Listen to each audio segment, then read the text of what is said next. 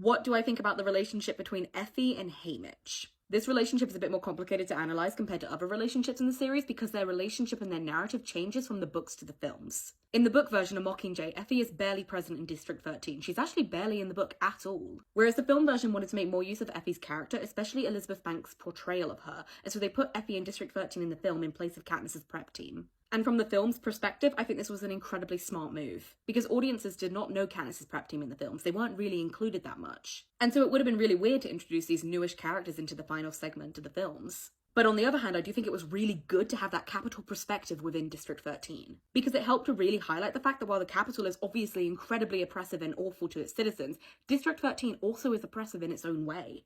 And so having Effie go to District 13 in the final segment of the films was a genius move from the filmmakers' part. It also helped to show us that while the Capitol are no longer forcing Effie and Haymitch to work together, they still choose to work together to help Katniss. And then in the final part of Mockingjay Part 2, we get that famously improvised moment where Effie and Haymitch kiss each other and then Haymitch leaves for District 12. And I think this moment in particular is what leads people to believe that Effie and Haymitch were always in love with each other. They were soulmates, they'll find their way back to one another in the end. But personally, I've never seen their relationship that way. I've never thought it was just as simple as, oh, they're in love with each other. And I'm sure that there's a proper phrase for this, but the best way that I can describe it is situational intimacy. These are two people who are incredibly different at their cores. They're almost polar opposites. When you look at them at just the surface level, you can see that Haymitch embodies this idea of wise beyond his years, whereas Effie is more of the innocence and childlike wonder.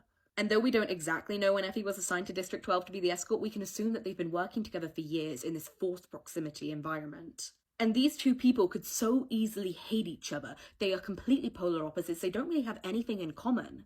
Effie is, for all intents and purposes, the embodiment of a Capitol citizen. And I think it's really only in Catching Fire where she starts to truly understand the brutality and the barbarity of the Hunger Games. But she's conflicted because this is her world. This is the way that she grew up. And aside from the Hunger Games, she really enjoys the Capitol lifestyle. And Haymitch is almost the antithesis of this. He despises the Hunger Games and he hates the excess of the Capitol lifestyle, and the only thing he allows himself to indulge in is alcohol so that he can numb himself to that life. And so it's almost strange that Effie and Haymitch do seem to get along in the series. But I think the key thing that binds them together and presents them as friends is that they respect each other. Because both of them highly value hard work, even if Haymitch doesn't show it all the time. And both of them desperately try to care for the tributes in the best way that they know how. And though they may never fully understand each other, both of them understand that they are in situations that neither of them want to be in. And I think over time, that respect and admiration that they have for one another turns into loyalty, which then turns into friendship, which then turns into a genuine partnership. And they spend years rolling through tributes, never able to get close to them, but always stuck with each other. So I do believe that it is possible that within that forced proximity, and within those times where they desperately want comfort from the trauma that they keep witnessing, that they might have formed a deeper intimacy. And by the end of Mockingjay, I think it's safe to say that these are two people who do have a sort of delicate love for one another. But, and you are free to disagree with me on this, I never saw them as anything more than just situational. At no point did Effie ever want to escape the Capitol. She knew the Hunger Games were barbaric, she knew President Snow was evil, but she loved the Capitol because at the end of the day, it was her home. And that lifestyle and that community was never something that she was going to want to leave. And on a similar vein for Haymitch, District 12 was his home. And though we see him as a depressed, losing himself in the bottom of the bottle, aging man, he still considers District 12 his home. And he likely sees it as still the final ties to the family he once had. And so I don't think that Haymitch and Effie are ever going to get back together after the story concluded.